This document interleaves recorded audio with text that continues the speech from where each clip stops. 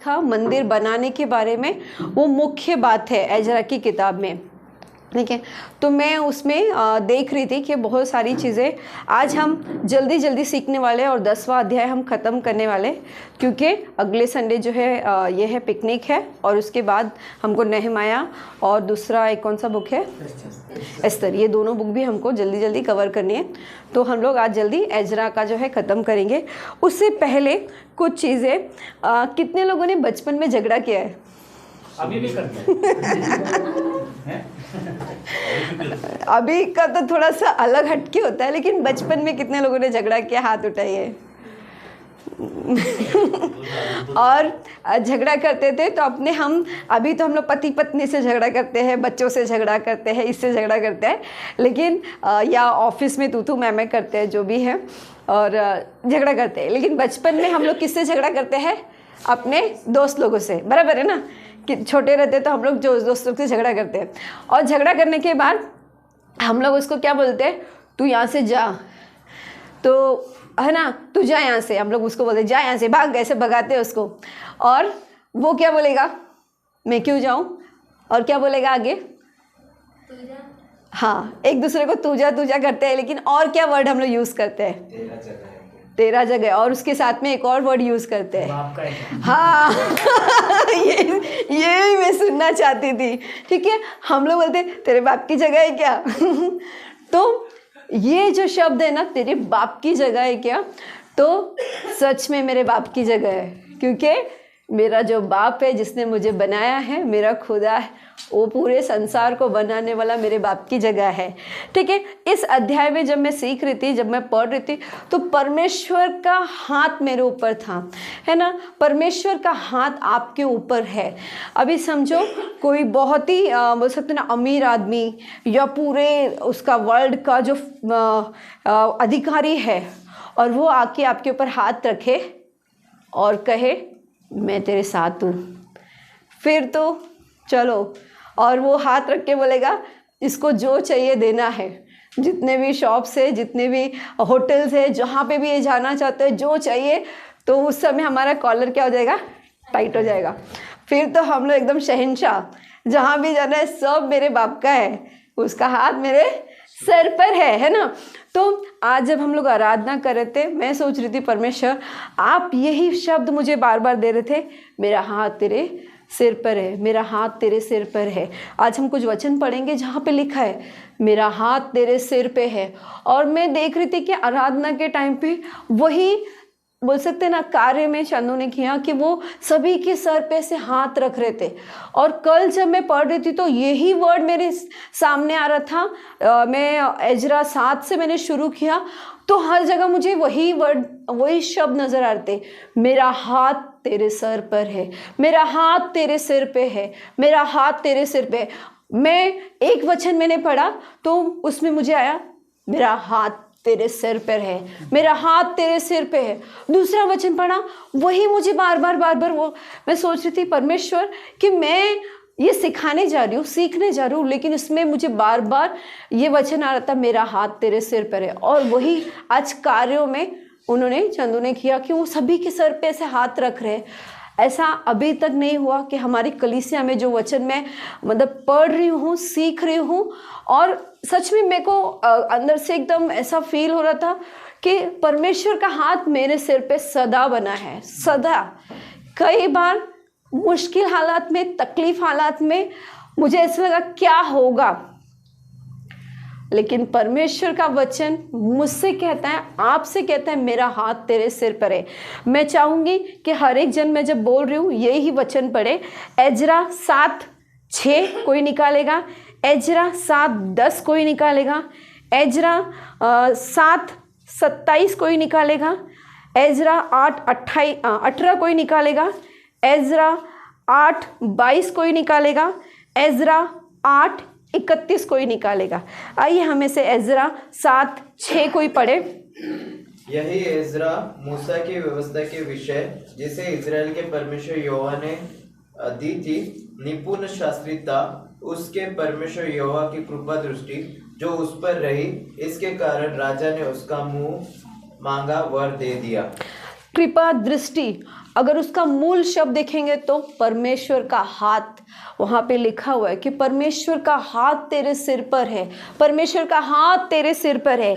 जो कृपा दृष्टि का अगर हम अलग बाइबल में अगर आप देखोगे तो वहाँ पे लिखा है परमेश्वर का हाथ। एक और पढ़ेंगे एजरा 7:10। क्योंकि एजरा ने यहोवा की व्यवस्था का अर्थ जान लेने और उसके अनुसार चलने और इस्राएल में विधि और नियम सिखाने के लिए अपना मन लगाया था। हाँ ठीक है, 9 पढ़ेंगे हम। पहले महीने के पहले दिन को वो बेबीलोन से चल दिया और उसके परमेश्वर की कृपा दृष्टि उस पर रही। इस कारण 5वें महीने के पहले दिन वो यरूशलेम को पहुंचा। तो यहाँ पे वही शब्द है कृपा दृष्टि। जब मैं उसका दूसरी बाइबल में देख रही थी तो परमेश्वर का हाथ। एक और पढ़ेंगे 7:27 एजरा। धन्य है हमारे पितरों का परमेश्वर यहोवा, जिसने ऐसी मनसा राजा के मन में उत्पन्न की है कि यरूशलेम स्थित यहोवा के भवन को संवारे। 7:27 पर 28 भी पढ़े। और मुझ पर राजा और उसके मंत्रियों और राजा के सब बड़े बड़े हाकिमों को दयालु किया। मेरे परमेश्वर यहोवा की कृपा दृष्टि जो मुझ पर हुई, इसके अनुसार मैंने हियाव बांधा और इज़राइल में से मुख्य पुरुषों को इकट्ठा किया कि वे मेरे संग चले। हाँ, तो यहाँ पे जो कृपा दृष्टि है कि परमेश्वर का भला हाथ मेरे सिर पर था। और पढ़ेंगे 8:18। हमारे परमेश्वर की कृपा दृष्टि जो हम पर हुई, इसके अनुसार वे हमारे पास इसके को जो इस्राएल के परपोता और लेवी के पोता महली के वंश से था, और शेरब्याह को उसके पुत्रों और भाइयों को अर्थात 18 जनों को। ठीक है। और हम एजरा 8:22 पढ़ेंगे। एजरा 8:22 पढ़िए। क्योंकि मैं मार्ग के शत्रुओं से बचने के लिए सिपाहियों का दल और सवार राजा से मांगने से लजाता था, क्योंकि हम राजा से यह कह चुके थे, हमारा परमेश्वर अपने सब खोजियों पर भलाई के लिए कृपा दृष्टि रखता है, और जो उसे त्याग देते हैं उसका बल और कोप उनके विरुद्ध है। ठीक है। कृपा दृष्टि मेरी दूसरी बाइबल में लिखा है परमेश्वर का भला हाथ। आखिरी वचन पढ़ेंगे 8:31। एजरा 8:31 हम में से कोई पढ़े। 31। पहले महीने के 12वें दिन को हमने हवा नदी से कूच करके यरूशलेम का मार्ग लिया, और हमारे परमेश्वर की कृपा दृष्टि हम पर रही, और उसने हमको शत्रुओं और मार्ग पर घात लगाने वालों के हाथ से बचाया। ठीक है। तो इतने जो वचन थे जब मैं पढ़ रही थी तो उसमें हर जगह पे लिखा है, मेरी जो दूसरी बाइबल है, कि परमेश्वर का हाथ मुझ पर था। परमेश्वर का हाथ, परमेश्वर का भला हाथ, परमेश्वर का हाथ मेरे सिर पर था। हमारे जीवन में परमेश्वर का अगर हाथ हमारे सिर पर है तो हम जो है, हमें किसी बात की चिंता करने की ज़रूरत नहीं है। परमेश्वर आशीषित करते हैं। मेरे जीवन में हमेशा परमेश्वर का हाथ मैंने महसूस किया है। कई बार मैंने पहले भी गवाही दी है कि कई बार ऐसे लगा कि अरे ये क्या तकलीफ़ है, ये क्या मुश्किल है, क्यों ऐसे हो रहा है, लेकिन परमेश्वर ने उसे भलाई के लिए मेरे जीवन में बदल दिया है ना। परमेश्वर का वचन कहता है रोमियो 8:28, जो परमेश्वर से प्रेम करते हैं उनके लिए सब बातें मिलकर भलाई को उत्पन्न करती है, अर्थात उन्हीं के लिए जो परमेश्वर से प्रेम करते हैं। कंडीशन है, अगर हम परमेश्वर से प्रेम करते हैं तभी हमारे जीवन में सब बातें भलाई को उत्पन्न करेगी। उसमें आज इस वचन में हम सीखेंगे एजरा जो है 7, 8, 9, 10 में इसमें मंदिर बनाने की बात हुई है। जब 6ठा अध्याय हम पढ़ते हैं तो वहाँ पर मंदिर बन गया है, वहाँ पर मंदिर का काम समाप्त हो गया। एजरा 6:15 में मंदिर बन चुका है। अब यहाँ पर कुछ दूसरा काम शुरू हो रहा है। ये मंदिर बन चुका है, यहाँ पर ये मंदिर तैयार है, लेकिन अब इसमें कार्य करने वालों की ज़रूरत है। उसमें परमेश्वर के कार्य करने वालों की ज़रूरत है। हम देखते हैं कि वहाँ पर लेवियों का चुनाव हो रहा है, वहाँ पे आराधकों का चुनाव हो रहा है, आराधना करने वालों का चुनाव हो रहा है। और जैसे जैसे हम देखते हैं कि वहाँ पे क्या होता है, चुने जाते हैं। तो फारस राजा है और दूसरे तो उसका नाम है, उसके शासनकाल में एजरा जो है बेबीलोन से निकलता है और वो जो बेबीलोन से यरूशलेम के लिए आ रहा है, इस अध्याय में जब वो बेबीलोन से यरूशलेम में आ रहा है तो जो राजा है वो बोलता है इसको जो भी चाहिए वो इसे दे दो। यहाँ पे जो है एजरा कुछ नहीं कर रहा है, लेकिन एजरा के लिए परमेश्वर कर रहा है। परमेश्वर ने राजा के मन में ऐसा कार्य किया कि राजा बोल रहा है कि ये जो एजरा है इसे जो भी चाहिए इसको दे दो। कई बार हम हमारी शक्ति लेके जाते हैं कि कार्य करेंगे, मैं मेहनत करूंगा, मैं मेरे परिवार को संभालूंगा, मैं मेरे बच्चों को संभालूंगा, मैं ये करूंगा, मैं वो करूंगा, और अंत में देखते हैं कि हमारे हाथ में कुछ भी नहीं रहता है। हम जिन बच्चों के लिए मेहनत करते हैं ना, वो बच्चे बड़े होने के बाद क्या होता है मालूम है, वो अपना अपना रास्ता ले लेते हैं, निकल जाते हैं। हम जिसके लिए भी मेहनत करते हैं कई बार ऐसा होता है कि वो अपने रास्ते चले जाते हैं और उस समय हम बहुत पछताते हैं। लेकिन यहाँ पे एजरा जो है, परमेश्वर का जो हाथ एजरा पे था और परमेश्वर ने राजा के दिल को ऐसा बदल दिया कि राजा जो है इतना जो है एजरा के प्रति हो गया कि जो जो चाहिए एजरा को दे दो।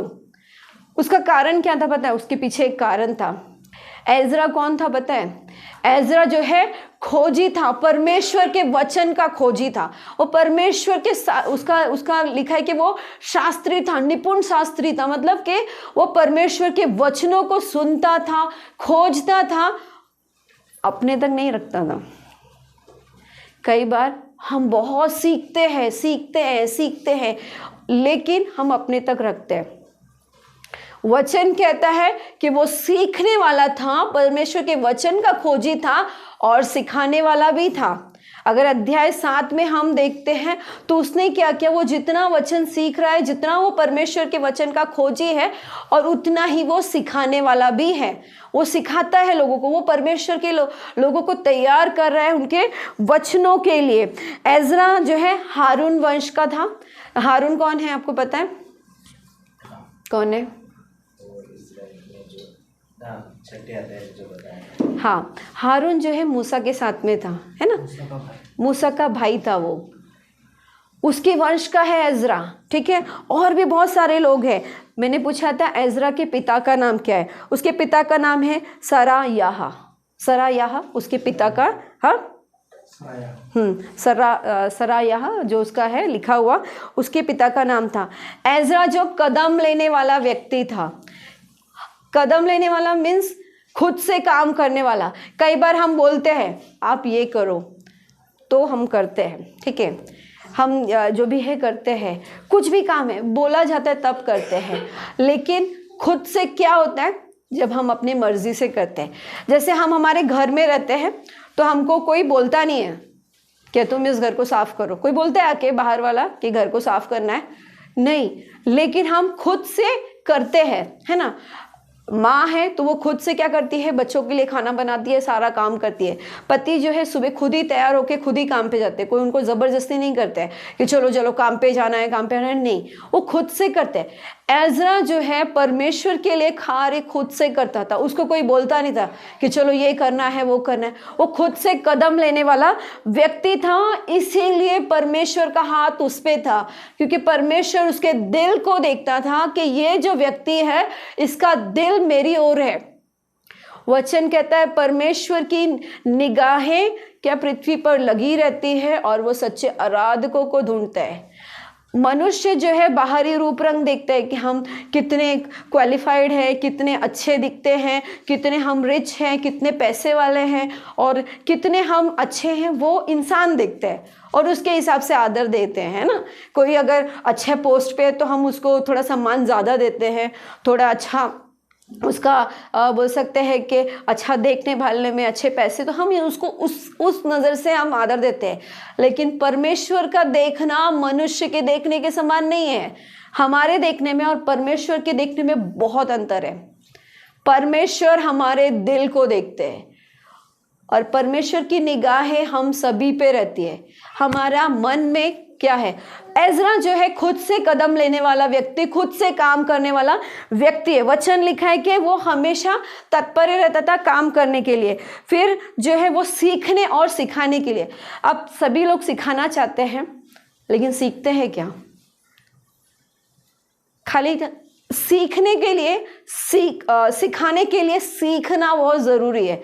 जब तक आप खुद नहीं सीख रहे हैं, हम दूसरों को नहीं सिखा सकते हैं, है ना। तो सीखना और सिखाने के लिए वो हमेशा तत्पर रहता था। एजरा 8 में हम देखते हैं 1 से 14 में, उसमें लिखा है कि एजरा के साथ में बहुत सारे लोग आते हैं, ठीक है। तो इधर बहुत सारे वंशज लिखे हैं और उधर हम पढ़ते हैं तो उसमें लिखा है उनके साथ में उनके और भी लोग आए। तो ऐसे बहुत सारे नाम हैं, वो आप पढ़ सकते हैं 1 से 14 में कि एक व्यक्ति आया, उसके साथ में और लोग आए। हम वो अभी नहीं पढ़ेंगे, वो आप घर पे पढ़ सकते हैं। तो उनके साथ में ऐसे एक व्यक्ति आया, उसके साथ में और लोग आए। तो जैसे अभी थोड़ी देर पहले चंदू कह रहे थे कि मैं वहाँ पे रहूँगा, तो हम सभी को वहाँ पे रहना है। तो मतलब वो वहाँ पे गए तो हम सभी वहाँ पर साथ में रहेंगे।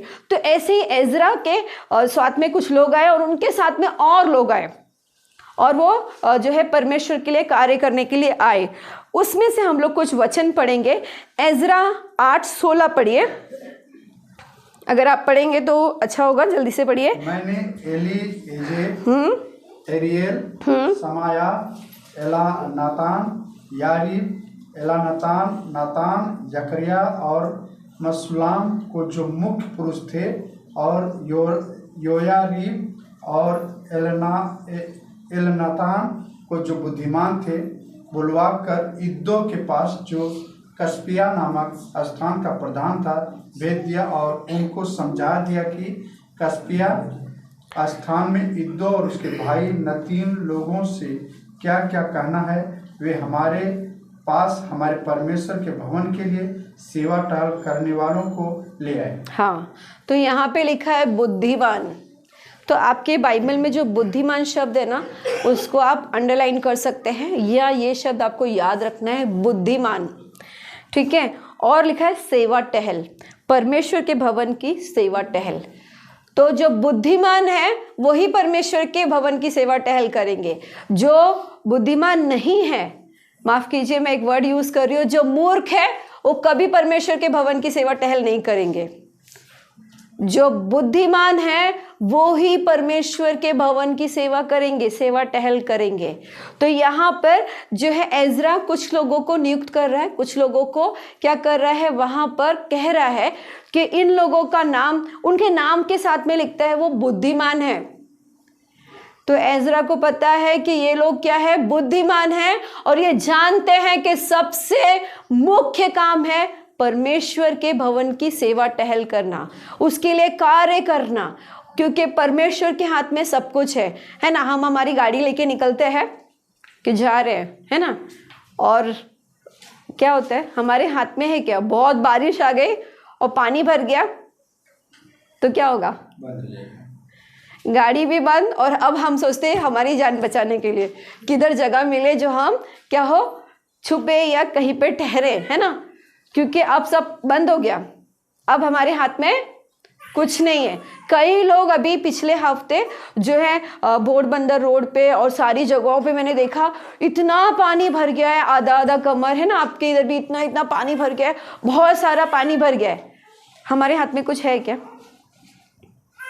लेकिन फिर भी हम सोचते हैं मेरे हाथ में सब कुछ है। हम अपनी मेहनत करते रहते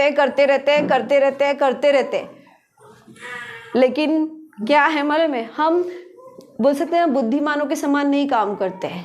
एजरा जो है ना बुद्धिमान था, और वो बुद्धिमानों को पहचानता था कि ये व्यक्ति क्या है, बुद्धिमान है, और उसने उनको ही क्या किया, सेवा टहल का काम दिया, परमेश्वर के भवन का काम दिया कि आप लोग को क्या करना है, परमेश्वर के भवन में कार्य करना है। फिर हम देखते हैं कि अभी कितने लोग शनिवार को उपवास रखते हैं, 1 2, ठीक है। मैं रखती हूँ, उपवास रखती हूँ, और शाम होते होते होते थोड़ा सा कैसा तो महसूस होने लगता है। फिर मैं बोलती प्रभु माफ़ करना, मैं इतना ही रख पाई, ठीक है, और फिर कुछ खा लेती हूँ, कोशिश करती हूँ रखने की, ठीक है। तो यहाँ पर उपवास का क्या मतलब है? आप क्या सोचते हैं कि उपवास क्यों रखना चाहिए? सेक्रीफाइस, बलिदान। और उपवास क्यों रखना चाहिए? कोई जानते हैं उपवास क्यों रखना चाहिए? हाँ, अच्छा, कितने लोगों ने उपवास रखा है? कभी ना कभी तो रखा है। हाँ, 1 2, हाँ, कभी तो रखा होगा ना, 1 आध दिन कभी तो रखा होगा, ठीक है। हाँ, कभी रखा है उपवास? अरे अलग अलग लोग अलग अलग चीज़ों के लिए उपवास रखते हैं। लड़कियां जो है अच्छा पति मिलने के लिए उपवास रखते हैं, पता है आपको? हाँ, और लड़के भी उपवास रखते हैं, और अच्छी पत्नी मिलने के लिए, कुछ लोग पास होने के लिए उपवास रखते हैं। ऐसे सच में अभी पता नहीं, शायद आपको पता नहीं है, लेकिन मैंने सुना है कि वो लोग 16 सोमवार और कौन से गुरुवार होते हैं, और ऐसे अलग अलग वार पे उपवास रखते हैं। अच्छा पति मिले, अच्छी पत्नी मिले, पास हो जाए और अच्छा काम मिले, ऐसे अलग अलग लोग उपवास रखते हैं, ठीक है।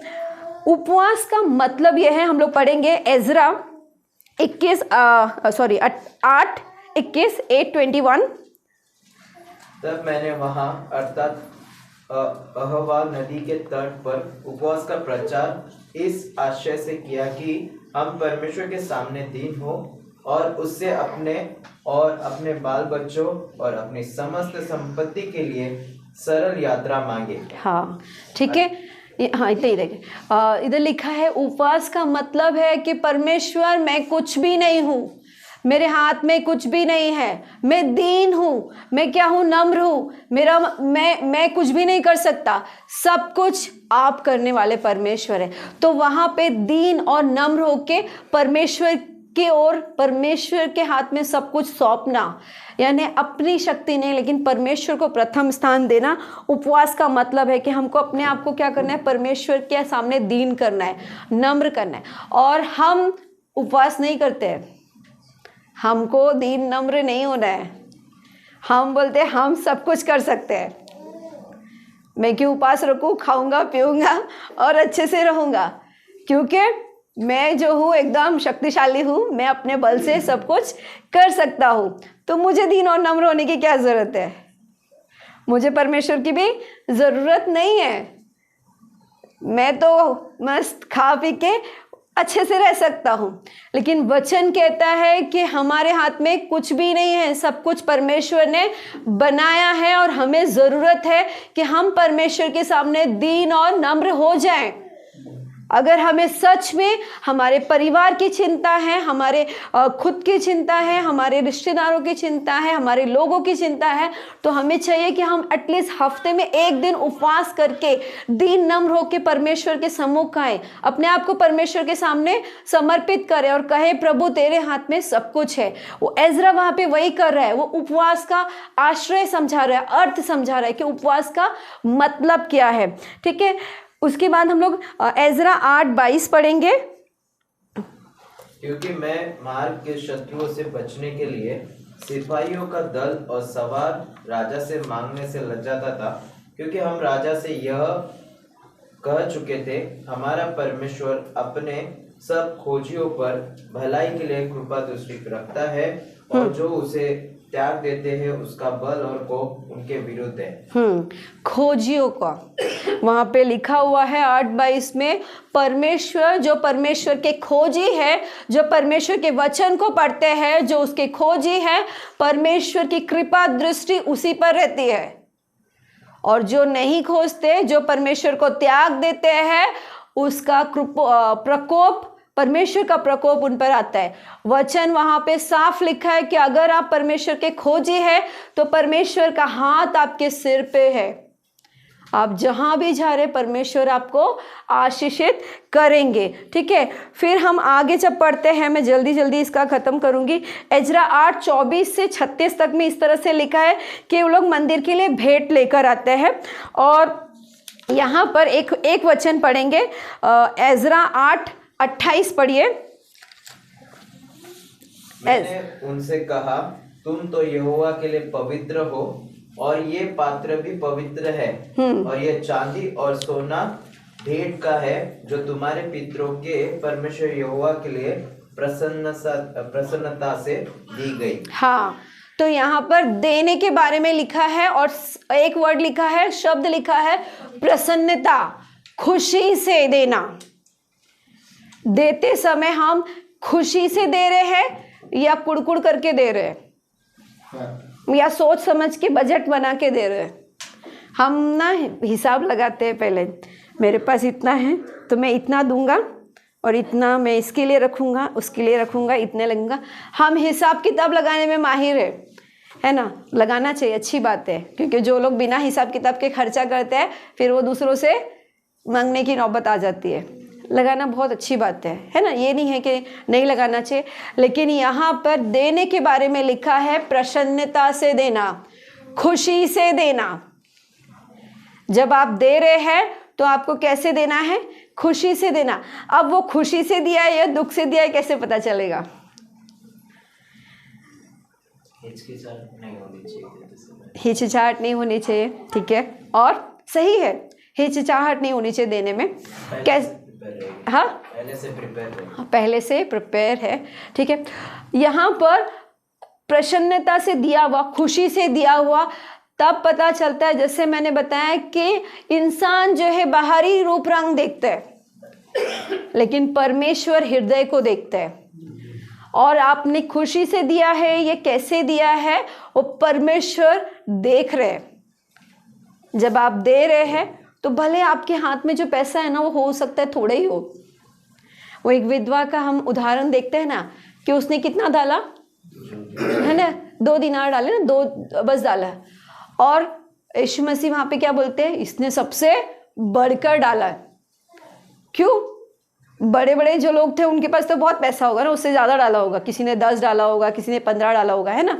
लेकिन यहाँ पर वो 2 डाल रही है, लेकिन यीशु मसीह बोलते हैं इसने बहुत ज़्यादा डाला। कैसे हो सकता है? उसने जो है खुशी से, उसके प्रसन्नता से, पूरा उसने खुशी से, उसने ये नहीं सोचा कि हाँ मैं ये डाल दूंगी तो फिर मेरा क्या होगा, मैं कैसे घर चलाऊंगी, कैसा होगा, मेरे बच्चों का क्या होगा, ये क्या होगा, वो क्या। नहीं, उसने बहुत ही खुशी से, प्रसन्नता से डाला। तो यहाँ पे देने के विषय में कहा है कि जब हम देते हैं तो हमको खुशी के साथ देना है, और वही परमेश्वर चाहते हैं। फिर वचन कहता है इस तरह से, मेरे जीवन में मैंने बहुत अनुभव किया है कि जब मैंने सोचा प्रभु मैं आपको देती हूँ, शायद कम है लेकिन प्रभु मैं आपको देती हूँ, और परमेश्वर ने मुझे उससे दुगना तिगुना चौगुना आशीषित किया है। पर मैं सच बोलूँ, मेरे जीवन में मैं सोचती हूँ कि परमेश्वर मुझे आप कैसे आशीषित करते हो। कल तो मैं ये सोच रही थी प्रभु मैं इस योग्य नहीं हूँ, लेकिन आपने मुझे इतना आशीषित किया है। सच में परमेश्वर ने मुझे बोल सकते हैं, मैंने स्कूल से रिज़ाइन करने के बाद मैं घर पे बैठी, आज मैं घर पे मुझे इतने फ़ोन्स आते हैं, इतने लोग सामने से फ़ोन करते हैं, और बहुत अद्भुत रीति से परमेश्वर मेरे जीवन में काम कर रहे हैं। जैसे चंदू अपनी गवाही दे रहे थे कि परमेश्वर ने उनको किस तरीके से उनका जीवन बदला, ऐसे एक अद्भुत गवाही है मेरे जीवन में कि परमेश्वर ने मुझे अद्भुत तरीके से आशीषित किया है। मैं गवाही दे सकती हूँ कि परमेश्वर मुझे अद्भुत रीति से आशीषित करते हैं। मुझे कभी किसी चीज़ की कमी नहीं होती। वचन कहता है ना कि परमेश्वर के खोजियों को किसी भली वस्तु की कभी कमी नहीं होगी, वो मेरे जीवन में है। मुझे कभी किसी चीज़ की कमी नहीं होती, परमेश्वर मुझे इतना आशीषित करते हैं, ठीक है। हम एजरा 8 से 31 में देखते हैं तो यहाँ पर लिखा है कि वो लोग यरूशलेम की ओर यात्रा करते हैं। अब एक खास मुद्दे पे आते हैं, ये बहुत ही महत्वपूर्ण बात है, ये हमारे जीवन के लिए है, ठीक है। एक उदाहरण देती हूँ और उदाहरण के बाद फिर हम लोग इस 9वें जो है 10वें अध्याय को देखेंगे। 9वां और 10वां साथ में है कि जो है यहाँ पर क्या होता है। एक उदाहरण देखते हैं कि एक बार ना एक जो है डाकिया, पता है आपको, पोस्टमैन। तो एक बार पोस्टमैन जो है उसको एक गांव में ड्यूटी लगता है। ड्यूटी मतलब वो उसमें उधर दिया है तो सब जगह से जो टिकट ये आते हैं डाक जो भी लेटर्स जितने भी आते हैं तो वो उसको बैग में डालते हैं। और पहले के ज़माने में था ऐसा, अभी तो नहीं है। हाँ, तो पुराने समय में ऐसा था कि हम लोग खत लिखते थे और वो खत को, लेटर्स को डाकिया जो है सबके घर पे पोस्ट करता था जिसके नाम का था। तो इसका रंग गाँव में लगा है, तो वो साइकिल लेता है और जाता है, तो क्या देखता है कि वहाँ पर क्या है, बहुत सारे कुत्ते हैं। तो अभी ये जैसे ही साइकिल लेके जाता है ना तो कुत्ते भौंकते हैं, उसकी साइकिल के पीछे लगते हैं। अभी यहाँ पर भी बहुत सारे कुत्ते हैं, तो यहाँ पे कुत्ते भौंकते हैं, तो ये ना सबको भगाता है, तो लेकिन कुत्ते जाते ही नहीं है। तो ये बहुत परेशान होता है, सोचता है क्या करूँ। तो ये आता है और अपने जो उसका पोस्ट ऑफिस रहता है वहाँ पे वो कंप्लेन करता है, बोलता है मैं उस जगह में नहीं जाऊँगा, वहाँ पे बहुत सारे कुत्ते हैं और जब भी मैं वहाँ पे जाता हूँ तो देखता हूँ कि क्या हो रहा है कि जो है कुत्ते मेरे ऊपर पीछे लगते हैं और मेरे को बहुत मुश्किल होता है, तो मैं वहाँ पर नहीं जाऊँगा। तो लोग सोचते हैं, पोस्ट ऑफिस वाले सोचते हैं कि वहाँ पर और कोई तो है नहीं, आपको ही जाना है। तो एक काम करते हैं, हम आपको एक डंडा देते हैं, तो आप क्या करो, डंडा लेके जाओ और जो भी कुत्ता आएगा तो उसको आपको मारना है और फिर आपके लिए आसान हो जाएगा। तो वो बोलता है कि हाँ ठीक है। तो अब ये डंडा लेके जा रहा है, अब कुत्ते आ रहे तो वो क्या कर रहा है, डंडे से सबको मारता है। अभी आसान हो गया ना, कुत्ते उसको तंग नहीं कर रहे। लेकिन अभी 3-4 दिन हो गया, ये घर नहीं गया है। तो घर वाले परेशान कि अभी तक आया ही नहीं है, किधर गया। तो घर वाले जो है पोस्ट ऑफिस में आते हैं और कंप्लेन पूछते हैं कि क्या हो गया, मेरे पति जो है घर से निकले थे 3-4 दिन पहले, अभी तक घर पे वापस नहीं आए। तो वो बोलते कि घर पे अभी तक वापस नहीं आए, तो आप पता लगाइए किधर है। तो बोलते वो तो लेकिन गया था काम पे, तो वापस कैसे नहीं आया। तो सब पूरा पोस्ट ऑफिस जो है, वो लोग में से 2-4 कर्मचारी लोग जो भी काम करते हैं वो लोग और ये पूरा परिवार वो लोग जाते हैं। और वो लोग जाते हैं तो ढूंढने के लिए, तो वो लोग देखते हैं कि गांव के बाहर ये जो पोस्टमैन है वो क्या करे मालूम है, वो जो डंडा था ना, वो डंडे से सब कुत्तों को भगा रहा है। वो डंडा किस लिए दिया था उसको, सबको मार रहा है डंडे से। तो डंडा किस लिए दिया था, उसकी रक्षा के लिए। उसने पोस्ट जितने भी लेटर वेटर सब एक तरफ छोड़ दिए, अब डंडा लेके वो क्या कर रहा है, सबको मारने का काम कर रहा है। उसका उद्देश्य वो भूल गया, उसका उद्देश्य वो भूल गया। यहाँ पे एजरा की बुक में वही लिखा है कि जब हम लोग 9वां अध्याय पढ़ते हैं तो ये लोग इधर यहाँ पर आए हैं यरूशलेम में, परमेश्वर के भवन में परमेश्वर की आराधना करने के लिए, सेवा टहल करने के लिए, काम करने के लिए। लेकिन इन लोगों ने क्या किया, सब दुष्ट कर्म शुरू कर दिया, दुष्ट काम शुरू कर दिया। वो भूल गए कि वो लोग किस लिए आए हैं। और जितने भी लेवी और जितने भी याजक और जितने भी लोग आए थे, जितने भी बुद्धिमान जितने भी लोग थे, वो सब जो आए थे वो लोग सब बुरे कार्य करने लगे। वहाँ पे लिखा है कि वो लोग, वचन कहता है कि विश्वासी का अविश्वासी से कोई मेल नहीं है, विश्वासी को विश्वासी के साथ विवाह करना चाहिए। लेकिन यहाँ पर ये लोग क्या कर रहे हैं, अविश्वासियों से जो है विवाह कर रहे हैं और उन पूरा उन्होंने क्या किया, जो काम जो किस उद्देश्य आए थे वो भूल कर बुरे कार्य करने लगे। और फिर क्या होता है, अगर हम 10वें अध्याय को पढ़ते हैं, 10वें अध्याय का पहला वचन पढ़िए। 10वां अध्याय पहला वचन। जब इज़रा परमेश्वर के भवन के सामने पड़ा रोता हुआ प्रार्थना और पाप का अंगीकार कर रहा था, तब इज़राइल में से पुरुषों, स्त्रियों और बच्चों की एक बहुत बड़ी मंडली उसके पास इकट्ठी हुई और लोग बिलक बिलक कर रो रहे थे। हाँ, यहाँ पर एजरा का जो 10वां अध्याय है ना, वो बहुत ही दुखदायक है। दुखदायक का मतलब है कि वो लोग 9वें अध्याय में क्या कर रहे हैं, पूरे दुष्ट कर्म कर रहे हैं, बुरे काम कर रहे हैं, वो लोग गलत गलत चीज़ें कर रहे हैं। और एजरा ये सब देख के जब 10वें अध्याय में हम आते हैं तो उसमें वो पश्चाताप कर रहा है, वो पाप का अंगीकार कर रहा है, वो बिलक बिलक के रो रहा है, वो बहुत ही दुखी है, बहुत ही खेदित है, उसका मन बहुत ही दुखी है। और वहाँ पर जो दूसरे लोग हैं वो भी क्या है, बहुत दुखी होके क्या कर रहे हैं, जो है बिलक बिलक के रो रहे हैं और जो है माफ़ी मांग रहे परमेश्वर से। कई बार हमारे जीवन में भी हम वैसे ही करते हैं, हम भूल जाते हैं हमारे उद्देश्य को, हम भूल जाते हैं कि परमेश्वर का हाथ हमारे सिर पर है। कई बार हम सोचते हैं जैसी जगह पे हम जाते हैं हम वैसा बन जाते हैं। संगत है ना, बाइबल बताती है कि बुरी संगत अच्छे चरित्र को बिगाड़ देती है। अगर हम बुरे दोस्तों के बीच में जाते हैं, हम चुगली करने वालों के साथ बैठते हैं, हम जो है इधर उधर की बात करने वालों के साथ बैठते हैं, हम जैसी संगत करते हैं हम वैसे बन जाते हैं, हम भी वैसे बनते जाते हैं और हमें पता भी नहीं चलता है। यहाँ पर ये लोग जो है बुद्धिमान थे, बहुत ही परमेश्वर के भवन के लिए, परमेश्वर की सेवा टहल करने के लिए निकले थे और आए भी बहुत अच्छे से और कर भी रहे हैं। लेकिन 9वें अध्याय में लिखा हुआ है कि वहाँ पर वो लोग बुरे काम में चले गए, उद्देश्य भूल गए, बुरे काम करे। लेकिन एजरा जो है 10वें अध्याय में बिलक बिलक के रोता है, पश्चाताप करता है, पाप का अंगीकार करता है। ठीक है, तो इस वचन में 10वें अध्याय में हम देखते हैं कि वो लोग को पश्चाताप करते हैं। आज हमारे लिए भी ज़रूरी है कि हम जांचें कि परमेश्वर का हाथ मेरे सिर पे है, लेकिन मैं मेरे उद्देश्य से तो नहीं भटक गया। क्या ऐसा तो नहीं है कि परमेश्वर के लिए मैं कदम लेने से पीछे तो नहीं हो रहा हूँ? मैं मूर्ख हूँ कि मैं बुद्धिमान हूँ? ये सवाल है कि हम परमेश्वर के लिए कदम लेने से रुकते हैं या कदम लेते हैं। हम बुद्धिमानों के समान काम कर रहे हैं या हम मूर्खों के समान काम कर रहे हैं? परमेश्वर के लिए हम बुद्धिमानी, परमेश्वर जब हमें देखता है कि हम बुद्धिमान के समान हैं कि नहीं, ठीक है, यहाँ पर हम जो है हमारे उद्देश्य को याद है कि नहीं, हमारा उद्देश्य, हमारे जीवन का उद्देश्य हमें याद है कि नहीं। हमारे हाथ में कुछ नहीं है, परमेश्वर के हाथ में सब कुछ है। वहाँ पे एक जगह पे ऐसे लिखा है एजरा में कि एजरा बोलता है कि मैंने राजा को कहा कि परमेश्वर मेरे लिए सब कुछ कर सकता है, तो मैं राजा को जाके नहीं बोलूँगा कि मेरे साथ में सेना को भेजो, कुछ भी भेजो, क्योंकि परमेश्वर की कृपा दृष्टि मुझ पर है। आज ये वचन याद रखने लायक है। ये याद रखना है हमें कि हम कहीं पर भी जा रहे हैं, किसी की सेवा टहल करने से कुछ नहीं होगा, लेकिन परमेश्वर का हाथ मेरे सर पर है।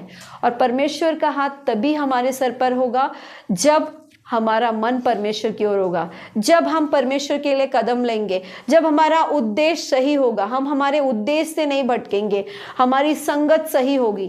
हाँ, आइए हम अपनी आंखें बंद करें, खड़े हो जाएं।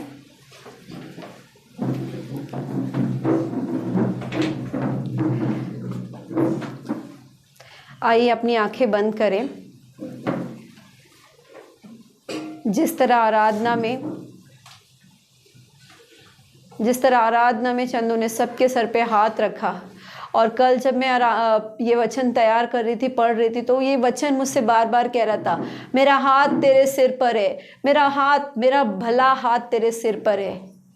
परमेश्वर का हाथ आपके सिर पर है। आइए अपने मनों में परमेश्वर को धन्यवाद दें।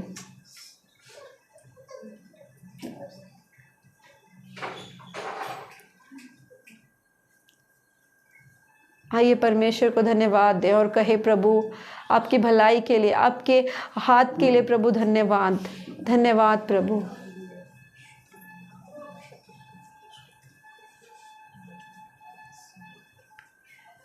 आइए हम ये गीत गाएंगे, तेरे पास आता हूँ।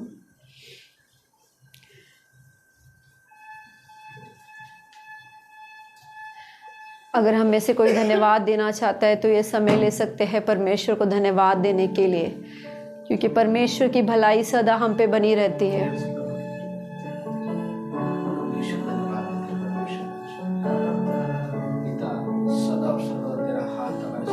यस, हालेलुया, हालेलुया, धन्यवाद, धन्यवाद।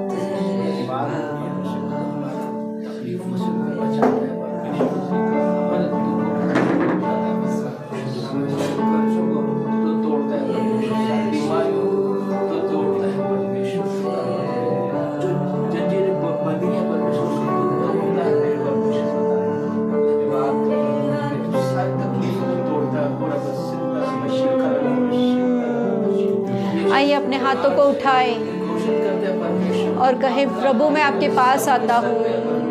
मेरी हर सांस तेरी स्तुति करती रहे,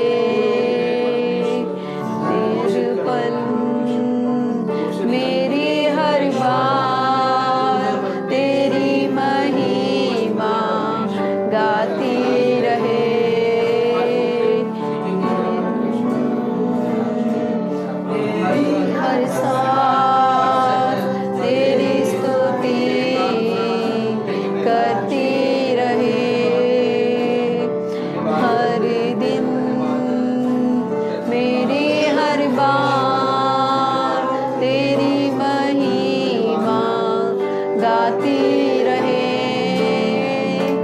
यीशुआ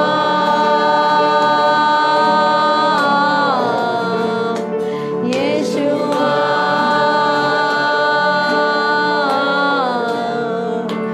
यीशुआ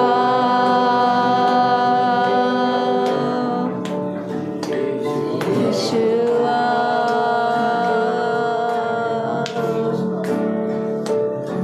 तेरे पास आता हूँ यीशु तेरे पास आता हूँ यीशु तेरे पास आता हूँ यीशु तेरे पास आता हूँ यीशु तेरे पास।